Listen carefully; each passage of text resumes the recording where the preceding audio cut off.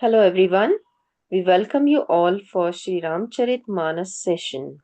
We will start the prayer. Om Shri Ganeshaya Namaha. Charitam Raghunathasya Shatakoti Pravistaram Ekaikamaksharam Pumsam Mahapatakanashanam. Om. We are in Doha number 86.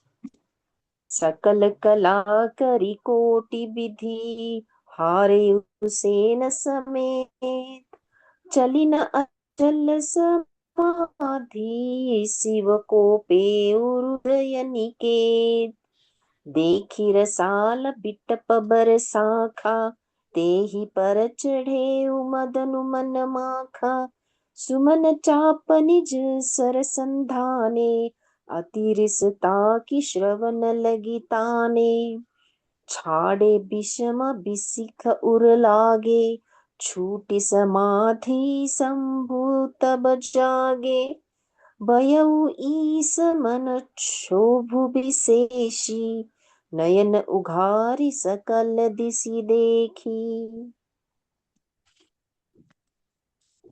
तो हमने कल देखा कि कामदेव ने कैसे चीजें रचाई है, प्लानिंग किया है ताकि शिव जी की जो समाधि है वो जो है वो टूट जाए। पर अभी तक जो है वो सफल नहीं हुआ है इसमें। तो अभी कामदेव क्या करते हैं कि वो सारी चीजें हो गई, अभी कुछ हो नहीं रहा है। शिव जी जो है उनके वो समाधि में तो व्यस्त ही हैं। तो कामदेव अपनी सेना समेत करोड़ों प्रकार की सब कलाएं उपाय करके हार गया है। पर शिव जी की अचल समाधि न टिकी। तब कामदेव क्रोधित हो उठा। सब करने के बावजूद कुछ हो ही नहीं रहा है शिव जी के साथ। तो इसीलिए उनको बड़ा ही क्रोध आया। तो उन्होंने क्या किया कि बाजू को एक आम का वृक्ष था। तो आम के वृक्ष की एक सुंदर डाली देखकर मन में क्रोध से भरा हुआ कामदेव उस पर चढ़ गया। बहुत क्रोध था उसमें। तो वो उसने क्या किया, वो एक लास्ट रिसोर्ट कुछ तो अभी ट्राई करते हैं अलग सा। तो इसीलिए क्रोध के साथ उन्होंने जो है वो आम के वृक्ष पर वो चढ़ गए हैं। तो उसने पुष्प धनुष पर अपने पांचों बाण चढ़ाए। हमने देखे थे उनके पांच बाणों के बारे में पूरा डिटेल्स प्रीवियस सेशन में। तो उनके जो ये अपने धनुष पर जो बाण लगाते हैं वो पुष्प के बाण होते हैं एंड उनके पांच अलग अलग मीनिंग्स है। पर हालांकि वो फ्लावर वाले होते हैं तो मतलब बहुत बढ़िया ही होंगे। तो प्रीवियस सेशन में इसके बारे में बहुत सा हमने ऑलरेडी बोल के रखा है। तो वो जो है वो पांचों बाण चढ़ा के अत्यंत क्रोध से, बहुत ही क्रोध हुआ था उनको। तो फिर वो जो है शिव जी के शिव जी उनके लक्ष्य थे तो लक्ष्य की ओर केंद्रित करते हुए फिर उन्होंने वो धनुष जो है उसको ताका है जोर से। हम सब जानते हैं जितना उसको स्ट्रेच किया जाए उतने जोर से एंड दूर तक वो जो है बांध जाता है। राइट। तो यहाँ पे तुलसीदास जी कहते हैं कि अत्यंत क्रोध से लक्ष्य की ओर ताक कर उनने कान तक तान लिया, मतलब एकदम स्ट्रेच किया है कान तक, यहाँ तक ऐसे। कामदेव ने तीक्ष्ण पांच बाण छोड़े जो शिव जी के हृदय में लगे। तब उनकी समाधि टूट गई और वे जाग गए। क्या हुआ, जब कामदेव के जो है बाण जो है उन्होंने जो छोड़े हैं वो शिव जी के हृदय पे लग गए हैं। एंड फिर का ये शिव जी की जो है वो समाधि टूट गई है। अभी उनकी समाधि टूट जाना मतलब बहुत ही भय वाला कारण, भय वाली स्थिति है। शिव जी के मन में बहुत क्षोभ हुआ। उन्होंने आंखें खोलकर सब ओर देखा। उन्होंने बड़ा क्रोध हुआ उनको कि किसने मेरी समाधि तोड़ी करके। तो वो इधर उधर देखने लगे। Next lines. सौरभ पल्लव मदनु बिलोका भयउ कोपु कंपेउ त्रैलोका तब शिव तीसर नयन उखारा चितवत कामु भयउ जरि छारा हाहाकार भयउ जग भारी डर पे सुर भये असुर सुखारी समुझी काम सुख सोच ही भोगी, भय अकंटक साधक जोगी। जोगी अकटक भय पति गति, सुनत रति मूर्छित भई। रोदति बदति बहु भांति, करुणा करति शंकर पहि गई।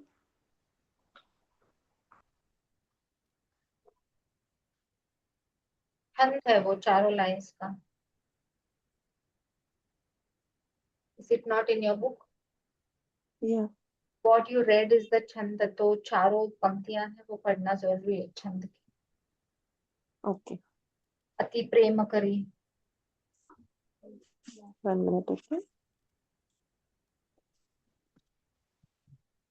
अति प्रेम करी बिनति विविध, विधि जोरी कर सन्मुख रही। प्रभु आशुतोष कृपाल शिव, अबला निरखी बोले सही। ओके, तो यहाँ पे क्या हो रहा है, अभी शिव जी ने जो है उनके हृदय में जो कामदेव के बाण, जो 5 बाण है वो हृदय को लग गए हैं, और उनकी समाधि जो है वो टूट गई है। उनकी 2 नेत्र जो है वो खुल गई है। एंड वो इधर उधर देख रहे हैं कि कौन है जिसने ये जो है ये पाप, पाप नहीं बोल सकते, पर ये गलती किसने की है या किसने मेरी समाधि तोड़ी है। तो जब आम के पत्तों से कामदेव तो छुपे हुए थे उनके ऊपर, तो वहां पे वो छिपे हुए कामदेव को जब उन्होंने देखा तो उन्हें बड़ा क्रोध हुआ, जिससे तीनों लोग कांप उठे। उनका क्रोध, शिव जी का क्रोध मतलब महाभयंकर होता है, तो इसीलिए जो तीनों लोग हैं वो कांप उठे हैं। तब शिव जी ने तीसरा नेत्र खोला, तो शिव जी ने जब कामदेव को देखा वहां पे छिपा हुआ है आम के पेड़ पर एक टहनी पर, बहुत ही ब्यूटीफुल टहनी थी उस पर। तो देखने के बाद जो है उनको समझ में आया कि ये ही इसकी जड़ है जिसने मेरी समाधि जो है वो ब्रेक की है। तो वो जो है अपनी तीसरी आंख जो है वो खोल देते हैं, और उनके देखते ही कामदेव जलकर भस्म हो गया। तो जैसे ही तीसरी आंख खुल जाती है तो पूरा इतना क्रोध वहां से निकलता है कि जो कामदेव है वो पूरे जल कर भस्म हो जाते हैं। जगत में बड़ा हाहाकार मच गया, देवता डर गए, दैत्य सुखी हुए। यहाँ पे देवता डर गए क्योंकि क्या हुआ, अभी जो कामदेव जो है वो तो भस्म हो गया, अभी तो मतलब पता नहीं क्या होगा। तो आगे का उनका जो प्लान था वो कैसे होगा, क्या होगा, क्योंकि उनका तो बहुत ही बड़ा प्लान था, राइट, तारकासुर को मारने का। तो इसीलिए इन्होंने एक युक्ति निकाली थी एंड फिर कामदेव जी को भेजा था। तो देवता जो है वो डर गए कि अभी इनका प्लान सफल होगा क्या नहीं आगे जाकर। पर जो दैत्य है वो सुखी हो गए, क्योंकि उनको पता चला अभी शंकर भगवान जो है, शिव जी जो है वो इतने क्रोधित हो गए। काम को तो उन्होंने भस्म कर दिया, अगर काम को भस्म किया है तो फिर आगे मतलब कैसे होगा वो, मतलब शादी करेंगे ये वो, आगे की स्थिति तो हो ही नहीं सकती अगर काम ही नहीं है, लाइफ में काम वाला रस नहीं है। तो आगे जो प्रस्तुति होती है तो वो हो नहीं सकती। तो आसुर बड़े खुश हुए कि अभी शिव जी तो शादी करेंगे नहीं, तो उनका बेटा होगा नहीं, बेटा नहीं होगा तो वो मुझे कैसे मारेगा। तो इसीलिए आसुर लोग जो है वो सुखी हो गए, दैत्य सुखी हो गए। भोगी लोग काम सुखों को याद करके चिंतन करने लगे। अभी जो भोगी थे, जो काम वश में एंजॉय करते थे, तो उनको बड़ा टेंशन आया क्योंकि अभी कामदेव जो है वो भस्म हो गया, तो काम जो है लाइफ से निकल गया। तो अभी वो कैसे रहेंगे। तो उनको चिंता होने लगी है। और साधक योगी जो है वो निष्कंटक हो गए। तो जो साधक है, योगी है, जो स्पिरिचुअल पाथ पे है, तो उनको तो मतलब काम तो उनके विरोध में ही होता है, क्योंकि वो उस रास्ते पे चलते ही नहीं है। तो वो तो बड़े मतलब हैप्पी हो गए हैं, क्योंकि कामदेव का भस्म हो गया है, तो काम रहेगा ही नहीं हमारी लाइफ में, तो वो और ज्यादा कंसंट्रेट कर पाएंगे भक्ति मार्ग पे। तो इसीलिए आप देखिए सिचुएशन एक ही है, पर हर एक जो है अपने अपने तरीके से सोच के हम में क्या चेंज आएगा या हम में क्या प्रॉब्लम हो जाएगी, इस हिसाब से सब अपनी अपनी तरफ से सोच के खुश भी हो रहे हैं, कई दुखी भी हो रहे हैं। तो लाइफ में ऐसे ही होता है, सिचुएशन एक हो पर सब जन जो है अलग अलग तरीके से अपने अपने पर्सनालिटी के हिसाब से, अपने एनवायरनमेंट के हिसाब से, हमारी अपब्रिंगिंग के हिसाब से वैसे रिएक्ट करते हैं सिचुएशन को। तो यहाँ पे जो छंद है, यहाँ पे तुलसीदास जी कह रहे हैं ये छंद में कि योगी निष्कंटक हो गए हैं, खुश हो गए हैं योगी। कामदेव की स्त्री रति अपने पति की यह दशा सुनते ही मूर्छित हो गई। अभी रति जो है कामदेव की पत्नी, नारद जी जो है वो गए रति को बताने के लिए कि ऐसे ऐसे हो गया, शिव जी ने तीसरी आंख खोली और आपके जो पतिदेव है कामदेव वो भस्म हो गए हैं। तो रति ये सब सुन के उनकी, तो आप समझ सकते हो पति के मरने के बाद स्त्री की, वाइफ की क्या दशा होती है। तो वो तो मतलब ये सारा सुनते ही मूर्छित ही हो गई। रोती चिल्लाती और भांति भांति से करुणा करती हुई वो शिव जी के पास गई। रोते रोते जो है वो शिव जी के पास जाती है। अब अन, अत्यंत प्रेम के साथ अनेकों प्रकार से विनती करके हाथ जोड़कर सामने खड़ी हो गई। शीघ्र प्रसन्न होने वाले कृपालु शिव जी अबला, दैट इज असहाय स्त्री को देखकर सुंदर उसको सांत्वना देने वाले वचन बोले। तो जैसे हम जानते हैं कि शिव जी बड़े ही भोले हैं, तो दो उन्होंने कामदेव का भस्म किया है। पर जब रति आती है रोते रोते कि और नाना प्रकार से उनको बोलती है कि आपने शिव जी आपने ये क्या किया है। तो अति प्रेम करी विनती विविध विधि, मतलब इतने विविध प्रकार से वो विनती करती है रति उनके सन्मुख जाके। तो जो हमारे प्रभु है आशुतोष है, बहुत कृपालु है शिव जी। तो अबला नारी को देख के इतनी रोती हुई उसको, उसकी जो स्थिति है उसको देख के जो है ये पंक्तियां सुनाते हैं। तो ये वचन उन्होंने बोले क्योंकि उनको मतलब इतनी रो रही थी तो उसकी सांत्वना तो करनी ही थी। तो उन्होंने बोला, यस नेक्स्ट दोहा। यस। अब तेरति तव नाथ कर, होई नाम अनंगु, बिनु बपु व्यापी ही सब ही, पुनि सुनु निजत मिलन प्रसंगु। जब जदु बस कृष्ण अवतारा, होई ही हरन महामहि भारा। कृष्ण तनय होई ही पति तोरा, बचनु अन्यथा होई न मोरा। रति गवनी सुनी शंकर बानी, कथा अपर अब कहु बखानी। देवन समाचार सब पाए, ब्रह्मादिक बैकुंठ सिधाए। अब यहाँ जो है शिव जी जो है रोती हुई रति को जो है बताते हैं कि हे रति, अब से तेरे स्वामी का नाम अनंग होगा। तो क्योंकि मतलब एक्चुअली वो ये सब क्लैरिफिकेशन देने को भी टाइम नहीं मिला है कि रति को लगता है कि मेरे पति तो जो है वो देवता का काम करने आए थे, उनका तो कोई पर्सनल हेतु नहीं था उसमें। पर ये सब अभी क्या ना, मतलब वो भस्म हो चुके हैं तो अभी कुछ कर नहीं सकते हैं। तो फिर शिव जी ने जब ये सारा समझा तो रति की अवस्था देख के उन्होंने रति को 3 वचन दिए। उन वचनों में, 3 वचनों में पहला वचन क्या है कि हे रति, अब से तेरे स्वामी का नाम अनंग होगा, वह बिना ही शरीर के सबको व्यापेगा। अब तू अपने पति से मिलने की बात सुन। अभी क्या है, पहला तो क्या वचन दिया रति को कि तेरा पति जो है वो तो मतलब ये शरीर नहीं है ना, क्योंकि वो भस्म हो चुका है। तो इसीलिए उसका नाम जो है वो अनंग रहेगा और वो सब लोगों के शरीर में और हृदय में जो है वो वास करेगा।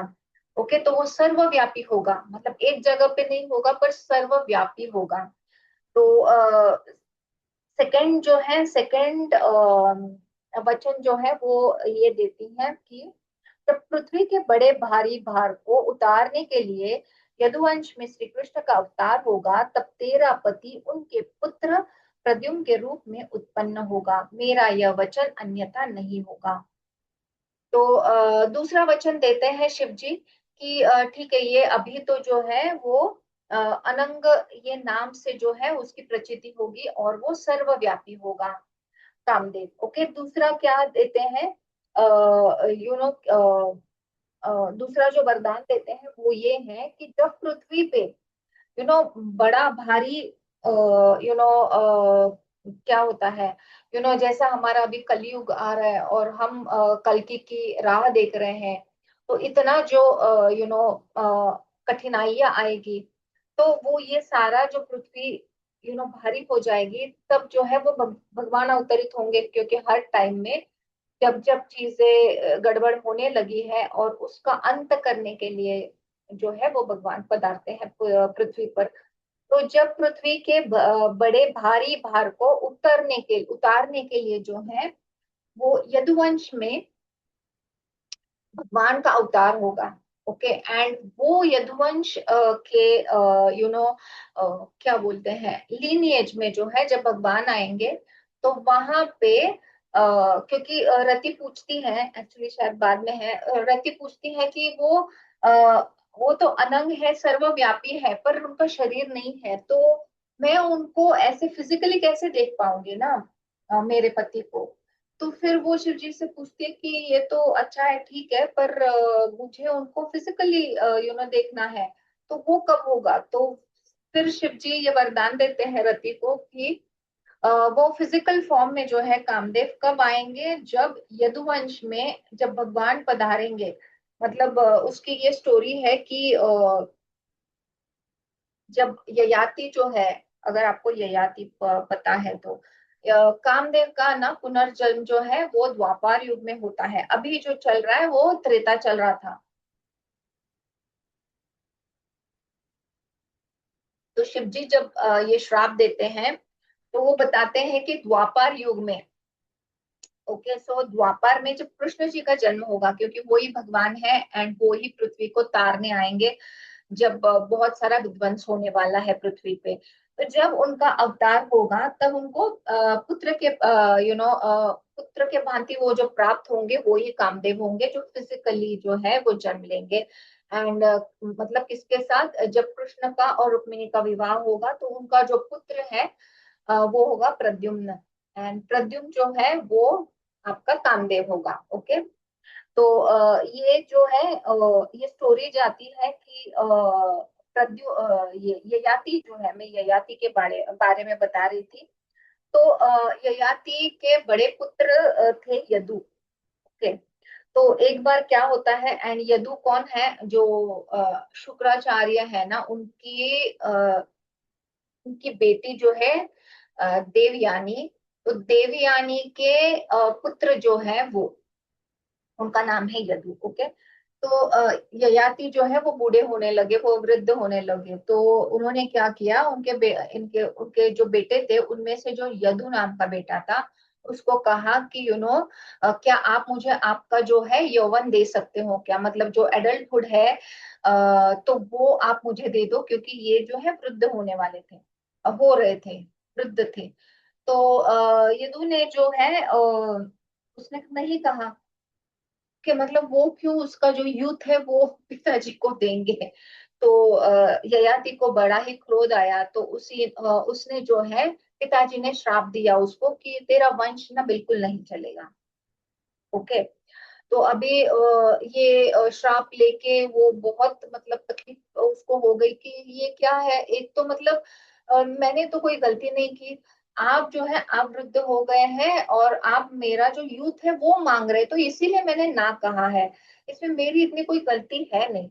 तो फिर बार बार गिड़गिड़ाते हुए जब उन्होंने ये एक्सप्लेन किया अपने पिता को, ययाति को, तो फिर ययाति को दया आई और फिर जो है उन्होंने बताया कि आगे जाके जो है तेरे ही युग में भगवान जो है वो उनका जन्म होगा। ओके, इसीलिए यदु जो है यदु वंश, तो जो भगवान कृष्ण का जन्म जो है वो यदु वंश में हुआ है। ओके, तो तेरे वंश में जो है वो भगवान ही पधारेंगे। तो इसीलिए कृष्ण जी का, बलराम जी का जो जन्म है वो यदुवंश में हुआ है, इनके लीनिएज में, यदु के लीनिएज में। ओके, तो हम कहाँ थे, तो इसीलिए जो है शिव जी ने जो वरदान दिया है रति को कि तेरा जो हस्बैंड है कामदेव जो है, वो तब द्वापर में जब भगवान कृष्ण जी जो है जन्म लेंगे, तो उनका जो पुत्र होगा रुक्मिणी के साथ, उसका नाम जो है प्रद्युम्न कहलाएगा। एंड वो प्रद्युम्न जो है वो तेरा ही कामदेव होगा। ओके, तो इतनी लंबी जो है वो मतलब एक युग जाने के बाद उसको उसका पति मिलने वाला है, तो तब वो अवतार लेंगे। तो एंड फिर जो है ययाति बताता है कि जब भगवान तेरे लीनिएज में जब आएंगे, तभी तू ये श्राप से मुक्त हो सकता है। तो मतलब इतने क्या क्या श्राप देते हैं, इसीलिए कभी कभी मतलब ये मेरा पर्सनल ये है कि टेक अवे है कि ये जो सिद्धीज होती है ना, अभी श्राप देना, उशाप देना या वरदान देना, ये भी सिद्धियां है ना। तो ये कभी कभी सिद्धियां पता नहीं मतलब अगर हमारे हाथ में रहे तो हम किधर कैसे यूज कर सकते हैं, कभी कभी हमारा उस पे जो है कंट्रोल नहीं रहता है, तो बड़ी सिद्धि बड़ी गड़बड़ का विषय है। तो हम कहाँ थे?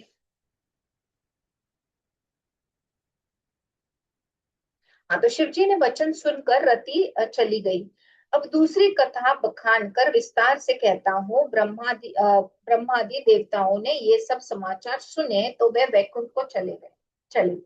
अब ये सब सुन के कि कामदेव जो है वो भस्म हो गए हैं, अभी भगवान जो है शिव जी जो है वो बहुत क्रोधित हुए हैं, और वो अभी क्रोधित हुए हैं तो अभी उनको कैसे मनाए विवाह के लिए, क्योंकि यहाँ तो विवाह का सब प्लानिंग चल रहा था। तो अभी उनको कैसे मनाए? तो फिर सारे देवता ब्रह्मा जी क्या करते हैं, विष्णु जी के पास चले जाते हैं। तो आई थिंक नेक्स्ट लाइन जो आपको रेड। सब सुर विष्णु बिरंची समेता, गए जहाँ शिव कृपा निकेता।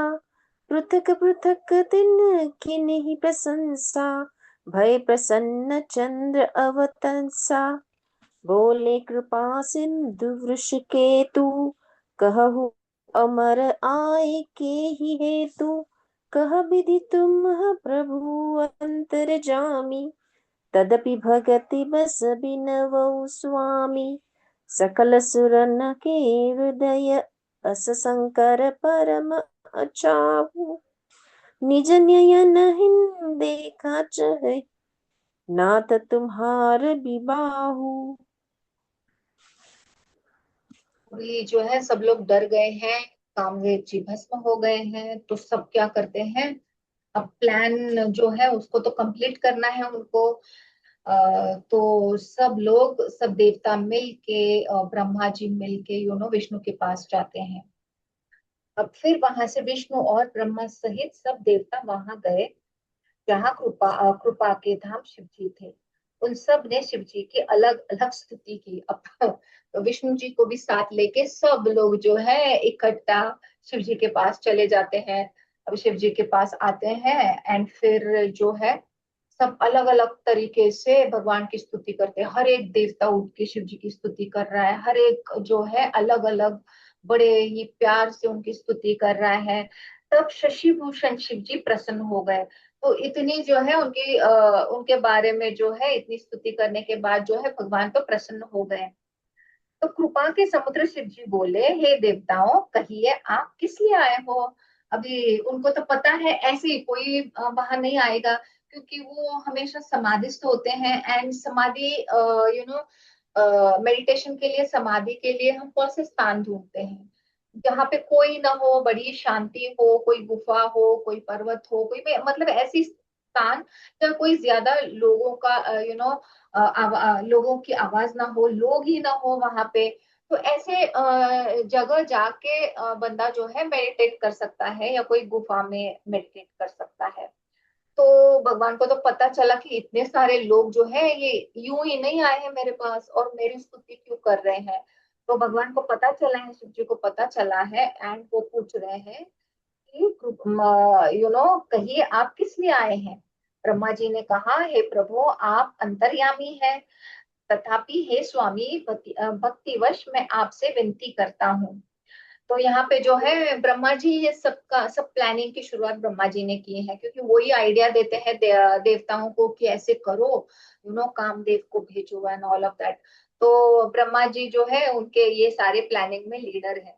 तो ब्रह्मा जी जो है वो आगे आते हैं और वो बोलते हैं कि क्या भगवान आप ऐसे कर रहे हो शिव जी, आप तो अंतर्यामी हो, आप तो कृपालु हो, आपको नहीं पता क्या हमारे मन में क्या चल रहा है।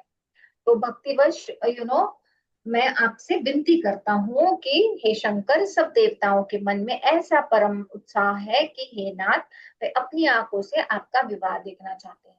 भाई बड़े होशियार है ये देवता लोग। ये नहीं बता रहे कि उनको हेल्प चाहिए, तो वो क्या बता रहे हैं कि भगवान सब देवताओं को आपका विवाह देखना है। तो इसीलिए आप विवाह के लिए तैयार हो जाओ, क्योंकि शिव जी तो है वो विवाह के लिए तो बिल्कुल भी तैयार नहीं थे, वो पहले भी नहीं थे एंड अब भी नहीं है। वो आदि है, अनंत है, मतलब उनकी कोई शुरुआती नहीं है, वो काय का विवाह, ऑल ऑफ दिस, तो he is never interested in all this. तो ब्रह्मा जी और सारे जो देवता है, विष्णु जी, ये सारे प्लान बना के बोलते हैं कि नहीं, हमको है ना आपका विवाह देखना है। तो आपको याद होगा, हमने शायद गरुड़ पुराण में मनमंत्रास एंड ऑल वो देखे थे। तो अभी देखिए, हर मनमंत्रा में अलग अलग सेट ऑफ भगवान रहते हैं, राइट। अलग अलग मनु रहते हैं, अलग अलग ब्रह्मा रहते हैं, विष्णु रहते हैं, महेश रहते हैं, सारे देवता अलग अलग रहते हैं। तो ब्रह्मा जी यहाँ पे बता रहे हैं कि अभी ये जो है, ये पहले तो आपकी शादी हुई थी सती माँ के साथ, पर तब अलग मनमंत्रा था ना, तो अब का मनमंत्र अलग है। तो ये सारे जो देवता हैं, इन्होंने तो आपका विवाह देखा नहीं, आपकी शादी देखी नहीं। तो आप जो है पार्वती माँ, हाँ, यहाँ पे वो नहीं बता रहे पार्वती माँ, यहाँ पे बोल रहे हैं कि सारे देवता जो है, मैंने तो एक बार आपकी शादी देखी है, पर ये सारे जो देवता है उन्होंने आपकी शादी कभी नहीं देखी है, आपका विवाह कभी नहीं देखा है। तो शिव जी, आप प्लीज शादी के लिए तैयार हो जाएं। तो ऐसे जो है ब्रह्मा जी उनको मस्का लगा रहे हैं। Next lines. यह उत्सव देखिय भरी लोचन, सोई कछु करहु मदन मद मोचन। कामु जारि रति कहु बरु दिन्हा, कृपा सिंधु यह अति बल किन्ना। सासती करि पुनि करहि पसाऊ, नाथ प्रभु न कर सहज सुभाऊ। पार्वती तपु किन्न अपारा, करहु तासु अब अंगीकारा। सुनि विधि विनय समुझि प्रभु बानी, ऐसे हो कहा सुकुमानी। तब देवेन तब देवन दुंद भी बजाई, दुधु भी बजाई। बरसी सुमन जय जय सुरसाई।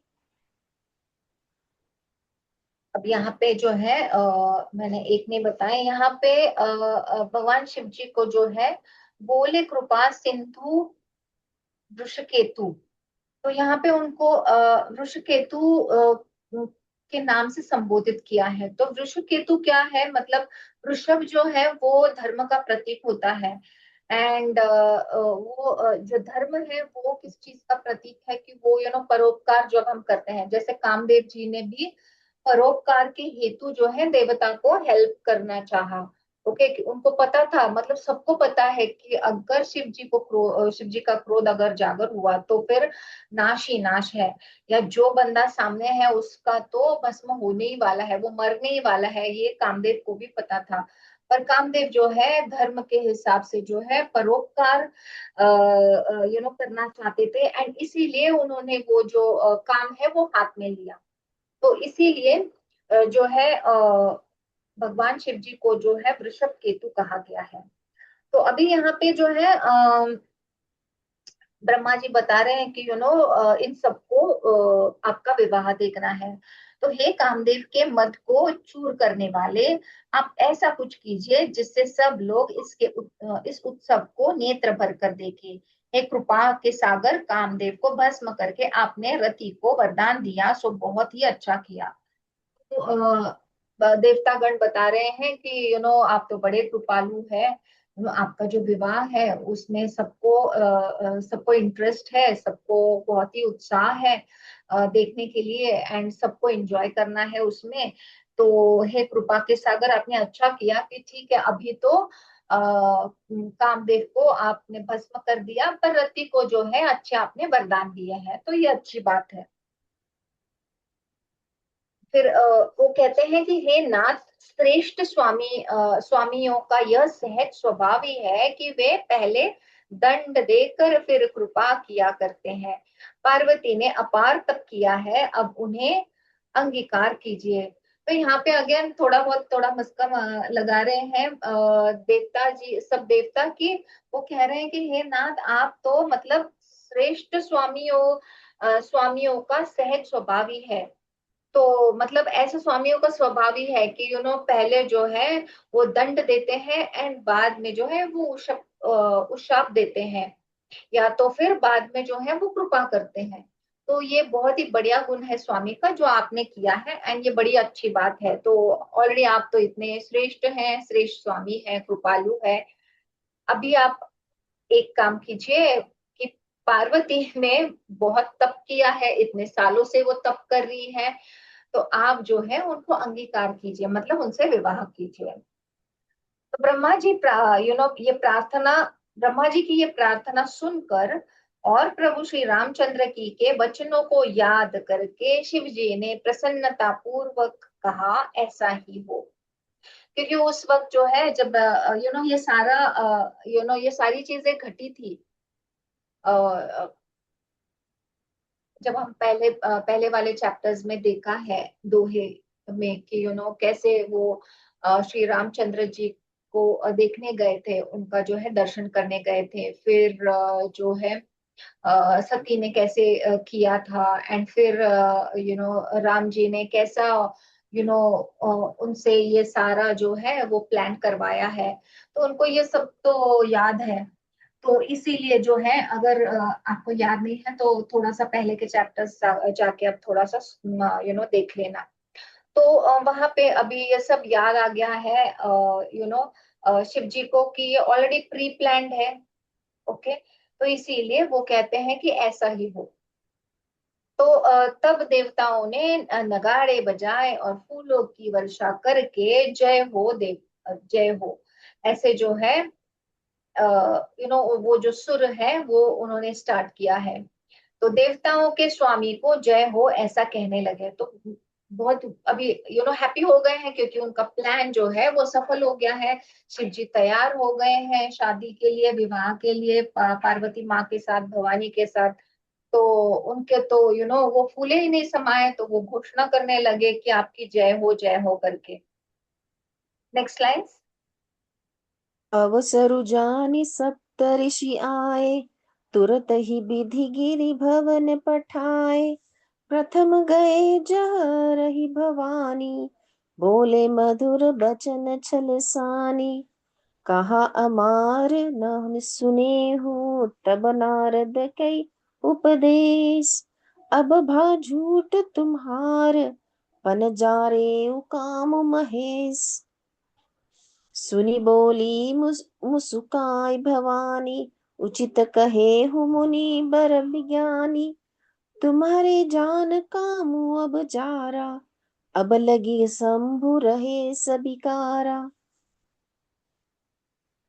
अब यहाँ पे है सब देवता लोग बड़े खुश हो गए हैं, इसलिए घोषणा कर रहे हैं, नगाड़े बजा रहे हैं बड़ी खुशी के मारे। तो यहाँ पे जो है उचित अवसर जानकर, ये यहाँ पे क्यों बोला है उचित अवसर, क्योंकि पता नहीं उन्हें, अगर शिव जी का मन बदल गया तो फिर से समाधि में चले गए तो अभी वक्त है, उन्होंने हाँ कहा है, तो फिर ये अवसर ही उचित है। तो उचित अवसर जानकर जो सप्तर्षि आए थे पहले, वो फिर से आए हैं, और फिर जो है ब्रह्मा जी ने तुरंत ही उन्हें हिमालय के पास भेजा है, हिमाचल के पास।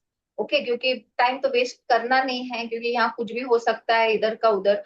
तो इसीलिए जो है सप्तर्षि को बुला के उनको जो है हिमाचल के घर में भेज दिया है। वे पहले वहां गए जहां पार्वती जी थी। अभी पार्वती माँ का दर्शन कौन नहीं करना चाहेगा। तो पहले हिमाचल जाने के पहले जो है पार्वती माँ के पास आए हैं, एंड उससे उनसे छल से भरे मीठे, मतलब छल से मतलब यहाँ पे छल मतलब कटुता नहीं है, पर हम मस्ती मजाक बोलते हैं ना, तो वैसे कुछ सप्त ऋषि ने मस्ती मजाक में जो है पार्वती माँ कह रहे हैं। तो बड़े ही विनोद पूर्वक, एंड ऑलरेडी अंदर से तो उनको आनंद हुआ है, बहुत सा आनंदी भाव जो है अंदर उमड़ रहा है, पर थोड़ा सा छल से या कटुता से थोड़ा सा बोल रहे हैं, हालांकि वो विनोद ही है कि नारद जी के उपदेश से तुमने उस समय हमारी बात नहीं सुनी। तभी हम आए थे, तभी हमने बोला था, आप लोगों को याद होगा तो सप्तर्षियों ने आकर पार्वती माँ की परीक्षा ली थी, तब भी उन्होंने नारद जी के अगेंस्ट, या वो जो भी कर रहे हैं उसके अगेंस्ट बहुत बोला था, उनकी परीक्षा लेने के लिए ताकि कितनी तटस्थ है पार्वती माँ वो देखने के लिए। तो अभी वो बोल रहे हैं कि हमने तो पहले कहा था कि नारद जी की बात मत सुनो, उन्होंने कहा है वो तप मत करो, क्योंकि अभी देखो शंकर भगवान ने क्या किया, कामदेव को ही भस्म कर डाला, क्योंकि अभी अगर कामदेव भस्म हो जाता है तो वो तो वैरागी है, तो काम ही नहीं रहा तो आपका जो प्रपंच है वो कैसे चलेगा। तो मतलब तब सुनते थे तो ये प्रसंग आता ही नहीं था। तो नारद जी के उपदेश से तुमने उस समय हमारी बात नहीं सुनी, अब तो तुम्हारा प्रण जो है वो झूठा ही गया, क्योंकि महादेव जी ने काम को भस्म कर डाला। यह सुनकर पार्वती जी मुस्कुराकर बोली, उनको पता है कि ये मस्ती मजाक चल रहा है करके, तो वो भी उसी टोन में आ गई और वो मुस्कुरा कर बोली, अभी वो पार्वती माँ है वो भी सब जानती है, तो वो बोली कि हे विज्ञानी मुनिवरों, उनको बोल रही है कि मतलब कैसे संबोधित कर रही है कि विज्ञानी मतलब उनको ज्ञान है, राइट। तो हे विज्ञानी मुनिवरों, मुनि है मतलब हायर लेवल के जो है नॉलेजेबल लोग हो आप, तो हे विज्ञानी मुनिवरों आपने उचित ही कहा, तो आपने तो करेक्ट ही कहा। आपकी समझ में शिव जी ने कामदेव को अब जलाया है, तो आपने जो आंखों से देखा, जो कानों से सुना, वही आप बात मुझे बता रहे हो कि करेक्ट है कि शिव जी ने जो है वो कामदेव को भस्म कर दिया है। अब तक तो वे विकार युक्त ही रहे, तो अभी तक मतलब वो विकार युक्त मतलब यहाँ पे वो कामी थे, मतलब कामी थे इसीलिए अभी भस्म कर दिया, और अभी उनमें काम नहीं है ऐसे आप बता रहे हैं मुझे। तो किंतु हमारी समझ में, नेक्स्ट लाइन। हमरे जान सदा शिव जोगी, अज अनवद्य का काम भोगी। जो मैं शिव से ये अस जानी, प्रीति समेत कर्म मन बानी। तो हमार पन सुनहु मुनीसा, करिहहि सत्य कृपा निधि ईसा। तुम जो कहा हर जारे उमारा, सोई अति बड़ अभिपेकु तुम्हारा। तात अनल कर सहज सुभाव, हिमते ही निकट जाई नहीं काऊ। गए समीप सो अवसि न साई, असी मन मन असी मन मथ महेश की नाई। यहाँ पे जो है जैसे ही पार्वती माँ को सब समझ में आई बात, तो वो मुस्कुराकर बोल रही है कि आप तो इतने बड़े मुनि हैं, मुनीश्वर हैं, आप विज्ञानी हैं, और आपने देखा कि क्या हुआ है, पर किंतु हमारी समझ से तो वो शिव जी सदा से ही योगी थे। तो बोल रही कि अब दे कामदेव को भस्म किया है, पर मुझे जो जो मैं जानती हूँ तो शिव जी जो है वो पहले से ही योगी हैं। काम तो अब भी भस्म हुए हैं, पर वो पहले से ही ऐसे हैं, अभी नहीं कुछ हुआ है अलग से। तो वो ऑलरेडी वो योगी है, वो अजन्मे है, अजन्मा है, अनित्य है, काम रहित है, काम की वासना में वो कभी भी नहीं थे। वो जो है मतलब वो स्वामी जो है, उन्होंने कभी भी ऐसी चीजों में रस नहीं लिया है, क्योंकि वो वैरागी है पहले से, और भोगहीन है। भोग तो उनके मतलब उनके वो क्या बोलते हैं, हम बोलते हैं ना कि हमारे बुक्स में ये तो डेफिनेशन ही नहीं है, वैसे भोग का तो उनके दिमाग में तो कभी है ही नहीं। तो वो योगी है, वो अजन्मा है, वो अनित्य है, वो काम रहित है और वो भोगहीन है। और यदि मैंने शिव जी को ऐसा समझकर ही मन वचन और कर्म से प्रेम सहित उनकी सेवा की है, तो ये सारी चीजें, मैं उनकी जो क्वालिटीज है ये मैं पहले से जानती हूँ कि वो कैसे हैं। एंड वो समझकर ही मैंने उनको वरा है मन से। अभी काम गया है, काम भस्म हो गया वगैरह, वो अब काम नहीं है उनके मन में वगैरह, ये तो मतलब ये अभी की बात है, प्रेजेंट मोमेंट की। पर वो जो है, उनकी पर्सनालिटी जो है, वो मैं पहले से ही जानती हूँ वो कितने बैरागी है। तो वो जानकर ही मैंने उनकी सेवा की है, मैंने उनका तप किया है। तो हे मुनिधरो सुनिए, सॉरी, हे मुनीश्वरो सुनिए, ये कृपा निधान भगवान मेरी प्रतिज्ञा को सत्य करेंगे। आपने जो यह कहा कि शिव जी ने कामदेव को भस्म कर दिया, यही आपका बड़ा भारी अविवेक है। तो उनके ऊपर ही उलट बार हुआ है कि वो बोल रही, मुनीश्वर आप लोग तो अविवेकी हो, आपको तो समझ में ही नहीं आया कि शिव जी कैसे हैं। तो शिव जी ने जो मुझे वचन दिया है वो निस्संदेह वो पूरा करेंगे।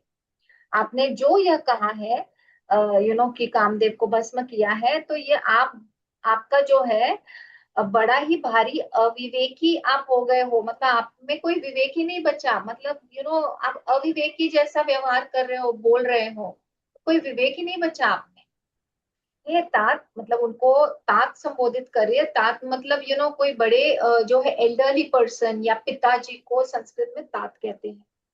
तो हे तात, अग्नि का तो यह सहज स्वभाव ही है कि पाला उसके समीप कभी जा नहीं सकता। तो जैसे हर वाइफ जो है अपने पति के बारे में जानती है, उनके क्वालिटीज। तो पार्वती माँ यहाँ पे बोल रही हैं, तो वो तो मतलब अग्नि के समान है। और अग्नि के समान कोई ड्राई लीव्स जो है, वो अगर वो जाती है तो वो जल के भस्म ही होने वाली है। मतलब इसमें कौन सी अलग सी बात होने वाली है। वो हे तात, अग्नि का तो यह सहज स्वभाव है। अग्नि का सहज स्वभाव है। क्या स्वभाव है? कि पाला उसके समीप भी जा ही नहीं सकता। जो लीव्स, ड्राई लीव्स वगैरह होते हैं, वो तो उसको बोलते हैं पाला। जाने पर वह अवश्य नष्ट हो जाएगा। तो आप क्या कह रहे हैं? मतलब तो वो वहां पे जाएगा, अग्नि वहां है, एंड वो ड्राई लीव्स वहां पे जाएंगे तो वो भस्म हो जाएंगे। तो इसका अलग अलग से क्या होने वाला है?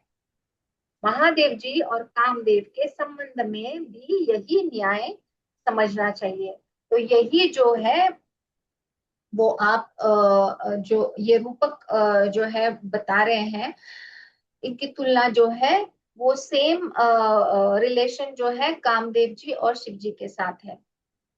तो ऐसा ही होगा, अगर कामदेव जाएंगे बैरागी शिव जी के सामने तो वो भस्म ही होने वाले हैं, क्योंकि शिव जी जो है वो काम वासना में जाएंगे ही नहीं। राइट।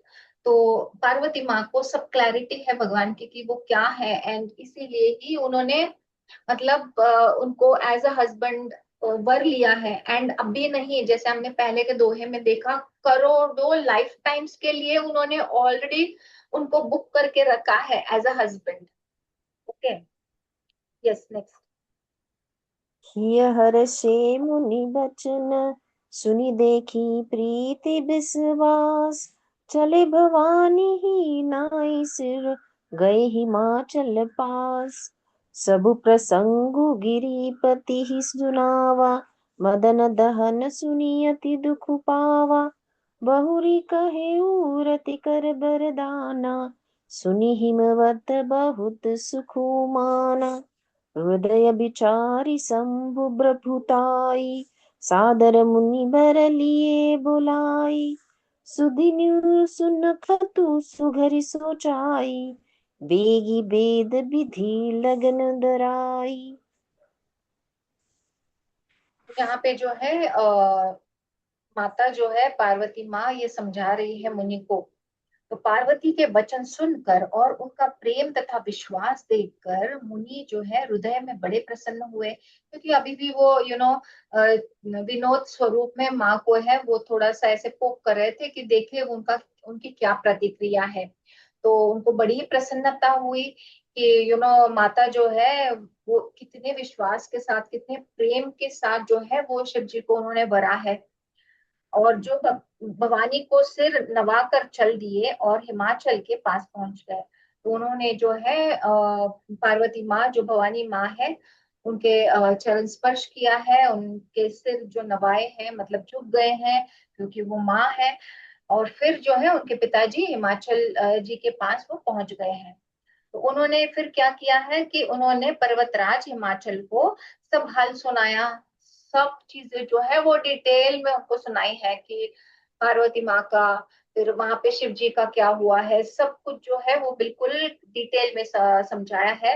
एंड फिर बताया है कि कामदेव का कैसा भस्म हुआ है, शिव जी ने कैसा कामदेव को भस्म किया है। तो अभी ये सुनकर जो है कामदेव का अगर भस्म हो गया है तो बेचारे हिमाचल जी जो है वो मतलब वो टेंशन में आ गए, क्योंकि अगर कामदेवी नहीं है, काम ही नहीं है, तो मेरी बेटी का विवाह कैसे होगा, विवाह होके उसको संतान कैसी होगी, तो हम जो है वो ग्रैंड पेरेंट्स कैसे बनेंगे। तो हर एक जो सामान्य जो पिता माता होती है और उनके बच्चों के प्रति जो टेंशन होती है, वैसे ही जो है हिमाचल जी को टेंशन आ गया है यहाँ पे, क्योंकि सप्तऋषि जो है वो बता रहे हैं कि यहाँ पे कामदेव का जो है भस्म हुआ है। तो ये सुनकर हिमाचल बहुत दुखी हो गए। फिर मुनियों ने रति के वरदान की बात कही है। तो फिर उनको थोड़ा सा सहलाने के लिए जो है फिर सप्तऋषि जो है वो वचनों की भी बात करते हैं कि शिव जी ने जो है रति को ये सारे वरदान दिए हैं। तो उसको सुनकर फिर जो है हिमान जो है वो खुश हो जाते हैं कि ओके फाइन, नो प्रॉब्लम, ठीक है।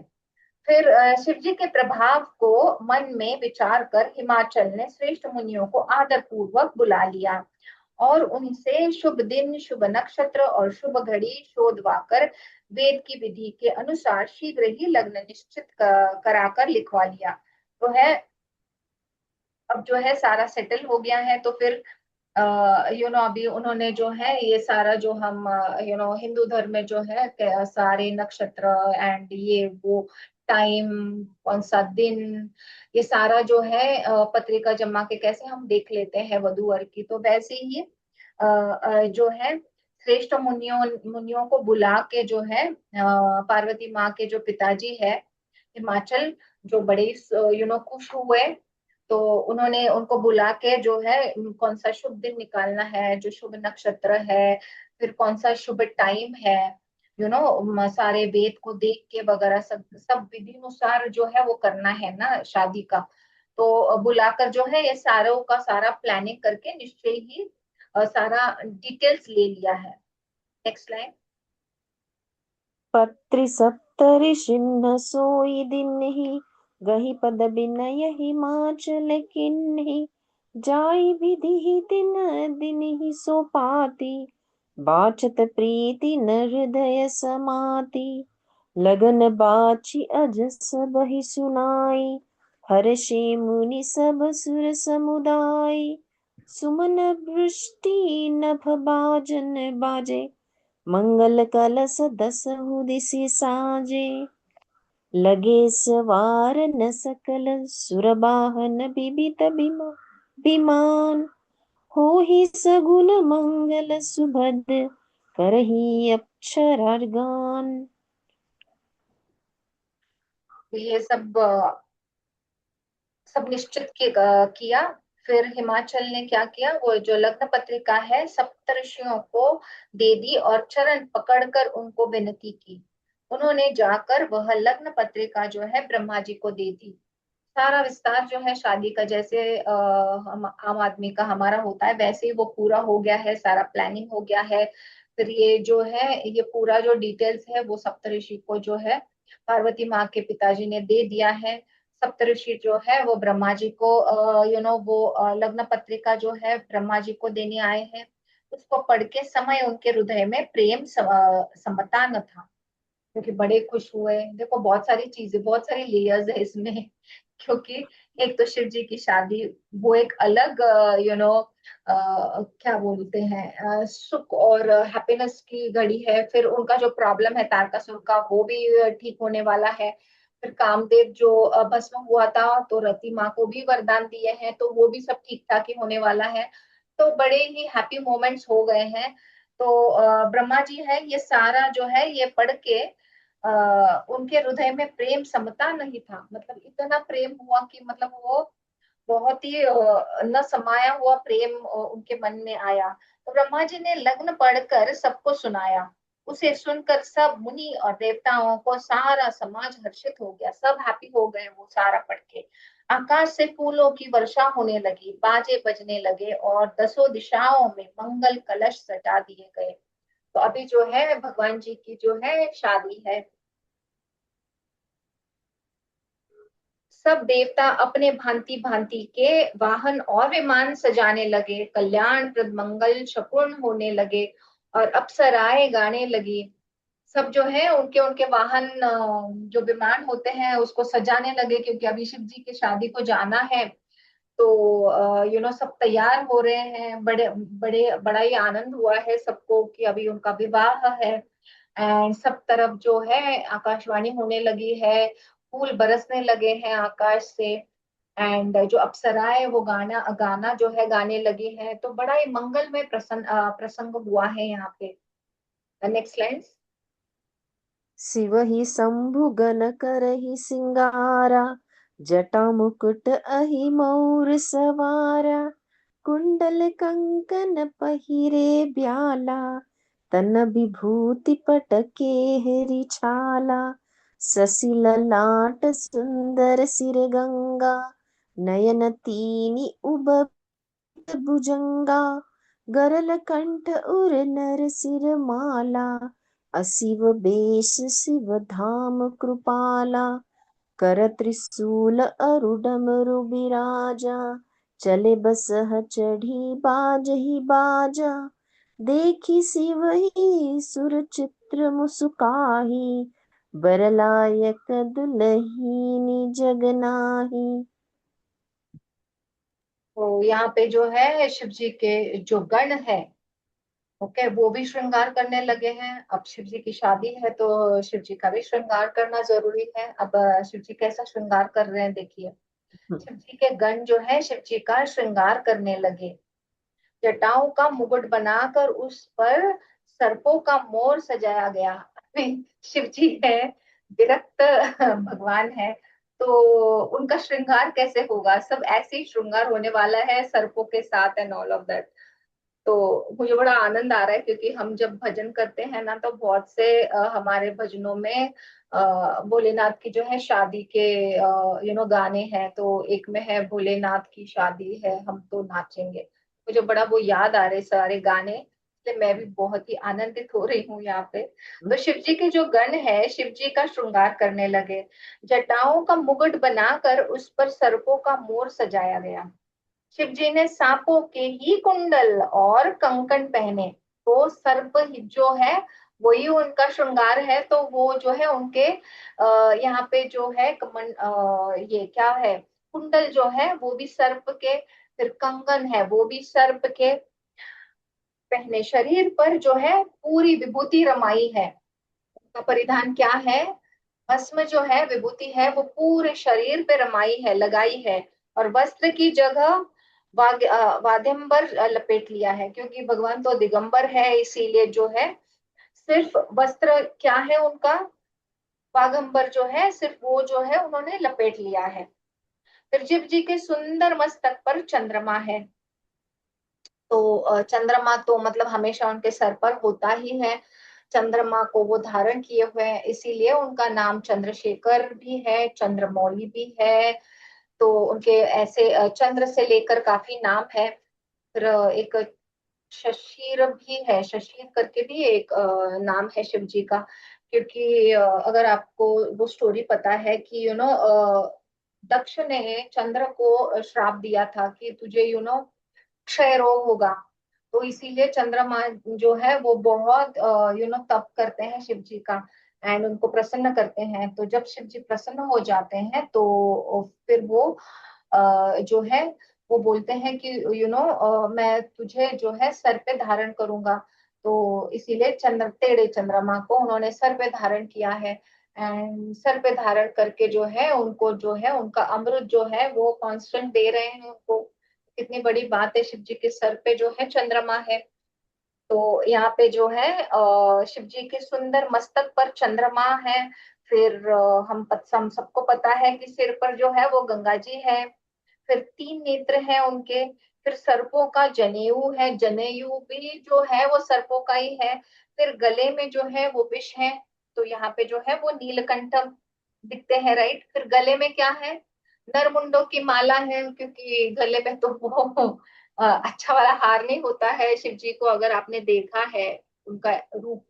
तो नरमुंडों की माला है उनके गले में। तो इस प्रकार उनका वेश जो है वो बड़ा ही अशुभ है। ओके। तो अशुभ होने पर भी वह कल्याण के धाम और कृपालु है। ये सब जो है बड़ा ही हट के जो वेश है, वैसा होने के बावजूद एक चीज होती है, कभी कभी बहुत सुंदर लोग भी कभी कभी सुंदर नहीं लगते हैं। भले ही अट्रैक्टिव लगे, वो सुंदर नहीं होते। और कई कई जो नॉर्मल दिखते हैं या अच्छे नहीं दिखते हैं, पर उनका जो मन जो साफ होता है ना, उसके कारण वो बड़े ही ब्यूटीफुल लगते हैं। तो ऐसे ही शिव जी है हमारे, कि ये सारा तो उनका वेश है, पर फिर भी वो बहुत ही कृपालु होने की वजह से, दयालु होने की वजह से, भोलेनाथ होने की वजह से जो है वो बड़ा ही उनका ऑरा जो है वो बहुत बड़ा है। तो इसीलिए जो है वो बड़े ही शुभ दिखते हैं, अशुभ नहीं है। तो ऐसे वेश अशुभ होने पर भी वे कल्याण के धाम है और कृपालु है। एक हाथ में क्या है, एक हाथ में उनके त्रिशूल है, दूसरे हाथ में जो है वो डमरू है, उससे वो सुशोभित है। फिर शिव जी जो है वो बैल पर चढ़कर, उनका जो वाहन है वो बैल है, वृषभ है, तो उस पे चढ़कर वो चले। बाजे बज रहे हैं, शिव जी को देखकर देवांगनाएं मुस्कुरा रही है और कहती है कि इस वर के योग्य दुल्हन दुल्हन संसार में नहीं मिलेगी। तो जो यहाँ पे जो देवांगनाएं हैं, तो वो ऊपर से देख रही हैं कि ऐसा वर है, इसको मतलब ऐसी ही सिमिलर दुल्हन कैसे मिलेगी, कहाँ मिलेगी। तो ऐसी संसार में नहीं है ऐसी दुल्हन जो इनको मैच कर पाए, जिस तरह से ये दूल्हा है। Next line. विष्णु बिरंची आदि सुर ब्राता, चढ़ी चढ़ी बाहन चले बराता। सुर समाज सब भांति अनुपा, नहीं बरात दुल्ह अनुरूपा। विष्णु कहा अस बिसही तब, बोली सकल दिसिराज। बिलग बिलग होई चलहु सब, निज निज सहित समाज। बर अनुहारी बरात न भाई, हंसी करई हहु पुर जाई। विष्णु बचन सुनी सुर मुस्काने, निज निज सेन सहित बिलगाने। यहाँ पर जो है विष्णु और ब्रह्मा आदि देवताओं के समूह अपने अपने वाहनों, दैट इज सवारी जो उनकी है, वो सब अपने अपने सवारी से जो है वो चढ़कर बारात में चले। देवताओं का समाज सब प्रकार से अनुपम परम सुंदर था, पर दूल्हे के योग्य बारात न थी। अब देखिए, ब्रह्मा जी है जो है वो अपने हंस पर जा रहे हैं, विष्णु जी जो है वो अपने गरुड़ पर जा रहे हैं। जो इंद्र जो है वो उनका जो व्हाइट हाथी है ऐरावत, जो मंथन में मिला था, उस पे जा रहे हैं। सारे देवता जो है उनके बड़े अच्छे अच्छे वाहन हैं, उनको सुशोभित किया है। और जो है तो बाराती इतने ब्यूटीफुल, इतने सुंदर है। एंड जो दूल्हा है वो ऐसा है, तो कोई मैच ही नहीं था बारातियों का और दूल्हे का।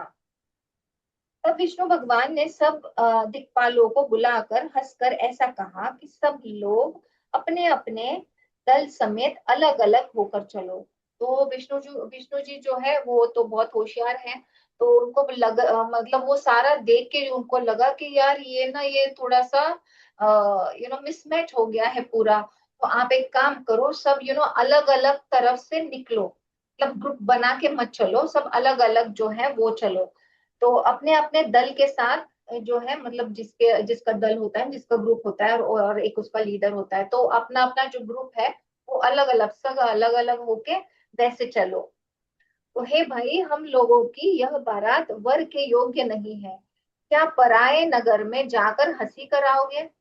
विष्णु भगवान की बात सुनकर देवता मुस्कुराए और वे अपनी अपनी सेना सहित अलग हो गए। तो सबको पता चला कि ये कुछ मिसमैच हो गया है, इसीलिए हम वहां पे खुद का जोक नहीं करना चाहते हैं, इसीलिए हम सब अलग अलग, तो सब जो देवता है उनके दल के साथ जो है अलग अलग अलग अलग आगे बढ़ने लगे हैं। Next line.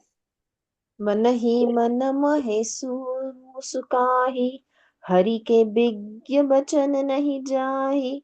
अति प्रिय बचन सुनत प्रिय केरे, भृगि ही प्रेरि सकल गण टेरे। शिव अनुशासन सुनि सब आए, प्रभु पद जलज शीस तिन्ह नाए। नाना बाहन नाना बेशा, बिहसे शिव समाज निज देखा। को मुखहीन विपुल मुख काहू, बिनु पद कर को बहु पद पाहू। विपुल नयन को नयन बिहीना, हृष्ट पुष्ट को अति तन खीना। महादेव जी यह देखकर मन ही मन में मुस्कुराते हैं कि विष्णु भगवान के व्यंग्य वचन दिल लगी नहीं छूटते। मतलब वो जानते हैं ना यार, सब मतलब वो भगवान है, त्रिदेव है, वो सब सब कुछ जानते हैं। सब मन में जो, तब तब तो टेलीपैथी कितनी स्ट्रांग होगी, राइट? तो तब तो वो सब मतलब बात भी नहीं करते थे, वो एक दूसरे के मन को मतलब मेंटली फोन लगा के मेंटली समझते थे कि इसके मन में क्या चल रहा है, अच्छा ये ऐसा करना है वैसा करना है। उनको तो मिलने की बोलने की जरूरत ही ना थी। तो महादेव जी जो है ये देख कर कि सब अलग अलग ग्रुप हो गया है, तो मन ही मन मुस्कुराए हैं कि विष्णु भगवान ने व्यंग्य वचन, मतलब जैसा दिल लगी जैसा जो वचन है वो उसका नहीं छूटता है। मतलब ना, हर एक की पर्सनालिटी है, कोर पर्सनालिटी जो होती है ना, वो हमारी कभी नहीं छूटती है, वो वैसी ही रहती है। तुलसीदास जी ने भी पहले कहा है कि अपनी हर एक की एक प्रवृत्ति होती है, चाहे आप कुछ भी करो, वो प्रवृत्ति जो है वो छूटती नहीं है। तो इसीलिए वो मुस्कुराए कि ये तो विष्णु भगवान है, ये तो ऐसे ही है। तो इसीलिए जो है उनका जो व्यंग्य है वो तो छूटता ही नहीं है। अपने प्यारे विष्णु भगवान के इन अति प्रिय वचनों को सुनकर शिव जी ने भी भृंगी को भेजकर अपने सब गणों को बुलवा लिया। तो अभी ऑलरेडी ये तो जो भगवान को समझ में आया है कि क्या हुआ है, तो इसीलिए अभी क्या करते हैं शिव जी, अपने जो गण है उनके, भगवान के गण हम जानते हैं कैसे कैसे सब पिशाच है, सब भूत है, प्रेत है, सब सर्प है, उनकी सेना, गणों की सेना ना बहुत ही डेंजरस वाली है। तो एंड सब भस्म वाले हैं। किनके आंखें बाहर आई हैं, किनके ऐसे जो है हॉर्न्स ऊपर है, फिर किसी को तो मतलब हेड ही नहीं है, सिर्फ बॉडी है, किसी के हाथ ऐसे है, किसी के पैर ऐसे है, कोई पिशाच है, मतलब अलग अलग जो चीजें हैं, क्योंकि वो स्मशान में रहने वाले हैं, तो उनके जो गण है वो भी वैसे हैं। तो जब ये हंसी मजाक चला तो उनको लगा होगा कि ओके, सब तो ये सारा जानते हैं, तो मैं क्या है, मैं अपने गणों को बुला लेता हूँ। तो भगवान ने जो है भृंगी को भेज कर जो है अपने गणों को बुला लिया है। शिव जी की आज्ञा सुनते ही सब चले आए और उन्होंने स्वामी के चरण कमलों में सर नवाया। तरह तरह की सवारियों की तरह तरह के वेश वाले अपने समाज को देखकर शिव जी हंसे। तो उन्होंने भी देखा कि मेरे गण कैसे अलग अलग हैं। तो वो सारों को देखकर जो है उनको हंसी आई है। कोई बिना मुख का है, किसी के बहुत से मुख है, अच्छा किसी को तो मुख ही नहीं है, चेहरा ही नहीं है, किसी को तो बहुत मुख है। कोई बिना हाथ पैर का है, तो किसी के कई हाथ पैर है, मतलब किसी को तो हाथ पैर ही नहीं है, किसी किसी को बहुत सारे हाथ है, किसी किसी को बहुत पैर है। किसी के बहुत आंखें हैं, बहुत सारे आंखें हैं, किसी के तो एक भी आंख नहीं है।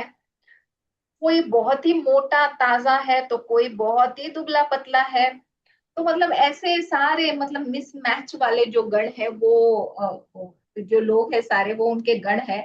तो सारों को जो है उन्होंने बुला लिया है। नेक्स्ट छंद। तन तन खीन को अति पीन, पावन को पावन गति धरे। भूषण कराल कृपा भूषण कराल कपाल कर, सब सद्य सोनित तन भरे। खर स्वान सुअर सुकाल, मुख गण बेश अगणित को गने।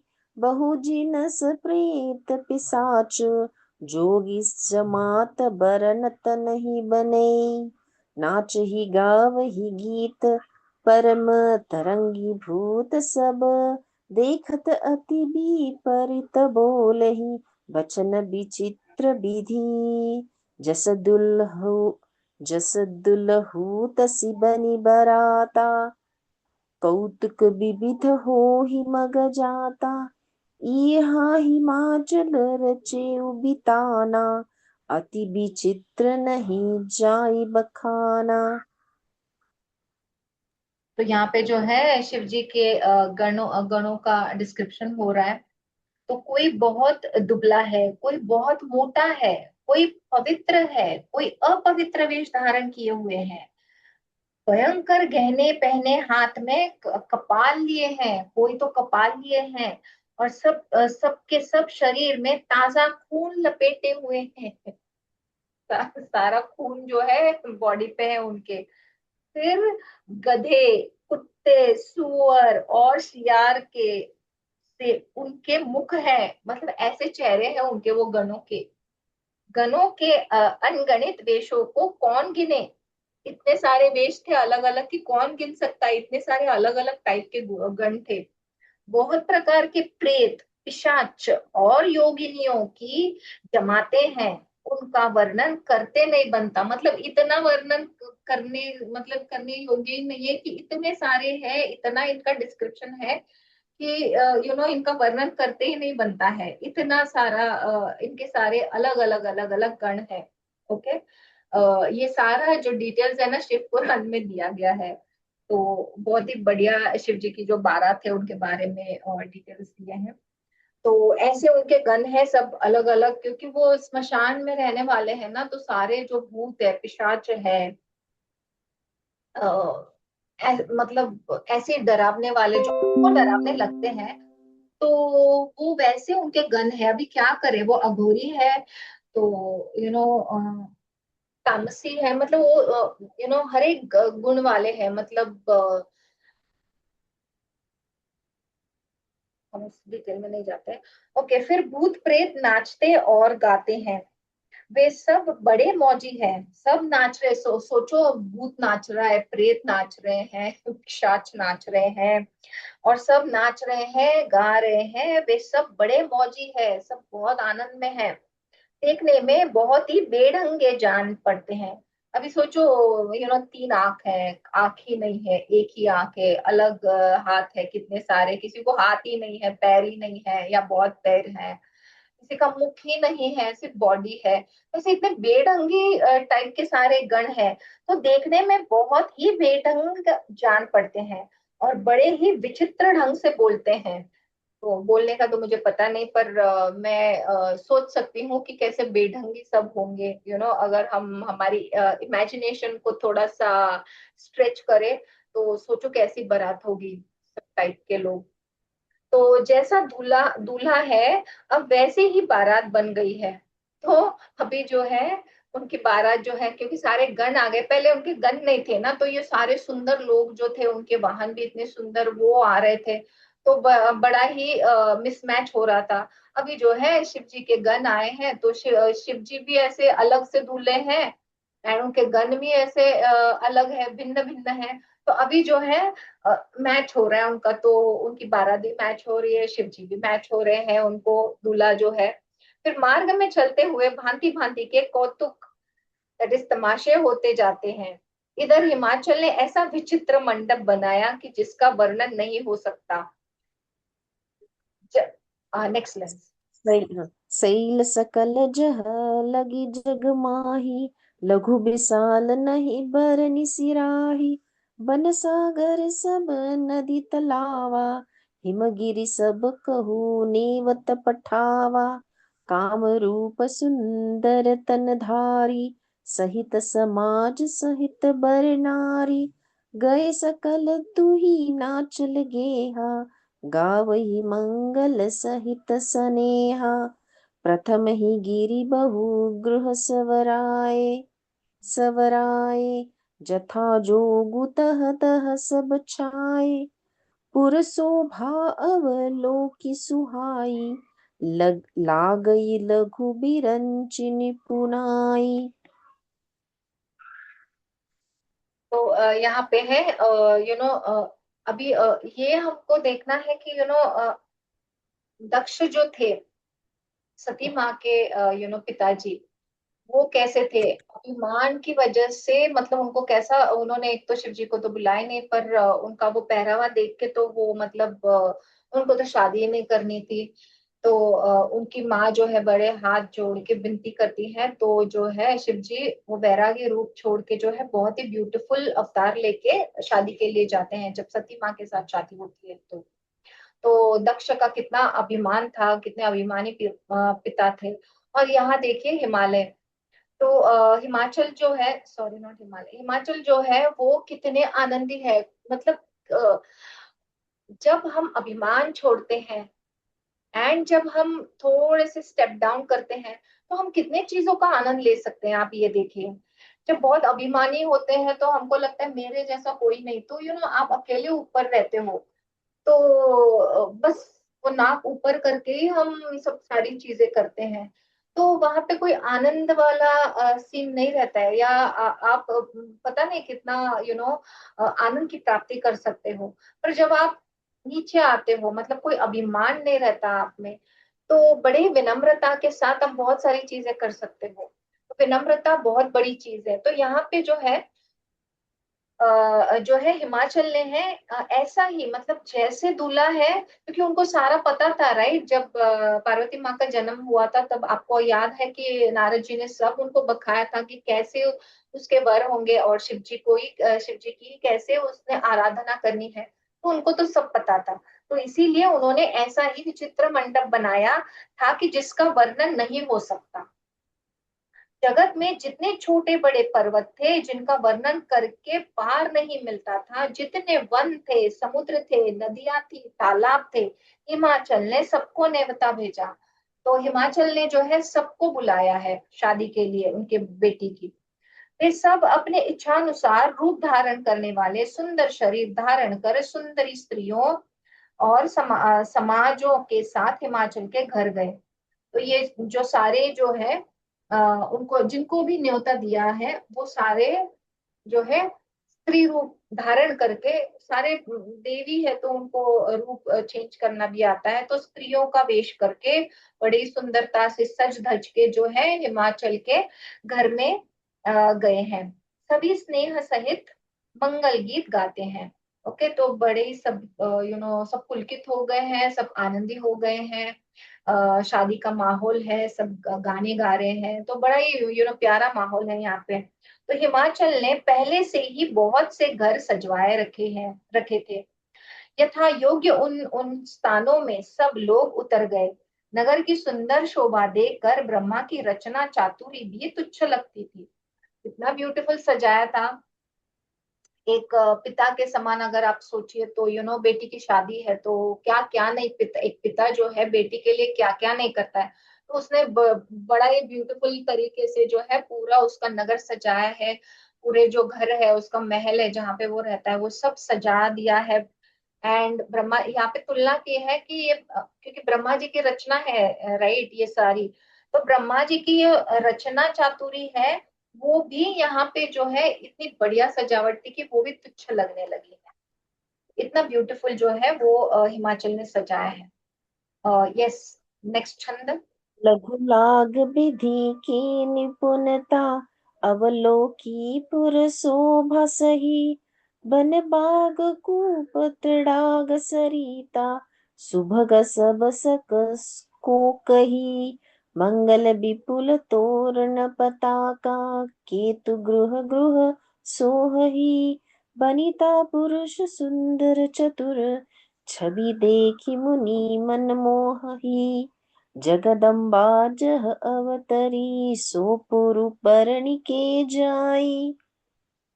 रिद्धि सिद्धि संपत्ति सुख, नीत नूतन अधिकाई। नगर निकट बरात सुनी आई, पुरखर भर शोभा अधिकाई। करी बनावस जीवाहन नाना, चले लेन सादर अगवाना। नगर की शोभा देखकर ब्रह्मा की निपुणता सचमुच तुच्छ लगती है। वन, बाग, कुएं, तालाब, नदियां सभी सुंदर है, उनका वर्णन कौन कर सकता है। घर घर बहुत से मंगल सूचक तोरण और ध्वजा पताकाएं शोभित सुशोभित हो रही है। वहां के सुंदर और चतुर स्त्री पुरुषों की छवि देखकर मुनियों के भी मन मोहित हो जाते हैं। तो सबको देखकर, क्योंकि ये सारे जो है नदियां जो है, वन है, बाग है, तालाब है, सारे ने स्त्रियों का जो है रूप लेके बहुत सुंदरता पूर्वक जो है खुद को सजाया है, एंड वो पधारे हैं शादी के लिए। फिर जो है सब पताकाएं, तोरण, ये सब जो देख के जो है सारे जो देवता हैं, मुनि जो है ये देखकर बड़े प्रभावित हो गए हैं कि इतना ब्यूटीफुल सारा सजा के रखा है, तो वो मोहित हो गए हैं इससे। तो जिस नगर में स्वयं जगदम्बा ने अवतार लिया, क्या उसका वर्णन हो सकता है। तो यहाँ पे जो है तुलसीदास जी बोल रहे हैं कि यहाँ पे तो माँ ने जन्म लिया है, जगदम्बा ने जन्म लिया है, भवानी ने जन्म लिया है, तो यहाँ पे इसका क्या वर्णन किया जा सकता है। तो वहां रिद्धि सिद्धि संपत्ति और सुख नित्य नए बढ़ते जाते हैं। जहाँ पे माँ होती है, पार्वती माँ होती है, जगदम्बा होती है, वहां पे हमेशा रिद्धि सिद्धि संपत्ति और सुख नित्य नए रहते ही है, वृद्धि होती रहती है वहां पे। तो बारात को नगर के निकट आई सुनकर नगर में चहल पहल मच गई, जिससे उनकी उसकी शोभा बढ़ गई। अगवानी करने वाले लोग बनाव श्रृंगार करके तथा नाना प्रकार की सवारियों को सजाकर आदर सहित बाराती को लेने चले। तो सब लोग जो है नगर के, जब उनको पता चला कि ओके बारात जो है नगर के तट पे ही आई है, तो सब लोग जो है अपने अपने जो भी चीजें लेके एज अ होस्ट उनको लेके आना है। तो वैसे तैयारियां करके अपने सवारियों में सवारियां जो है सजाकर वहां पे गए हैं बोर्ड पे, ताकि बारातियों को लाने के लिए। तो यहीं पे हम रुकते हैं। शिव जी की जो प्रॉपर शादी है वो हम कल देखेंगे। Yes, will close the session with the closing prayer. So we will conclude the session with the prayer. Om Shri Ram Ram Rameti Rame Rame Manorame Sahasranam Tattulyam Ram Nama Varanane. Om Shanti Shanti Shanti.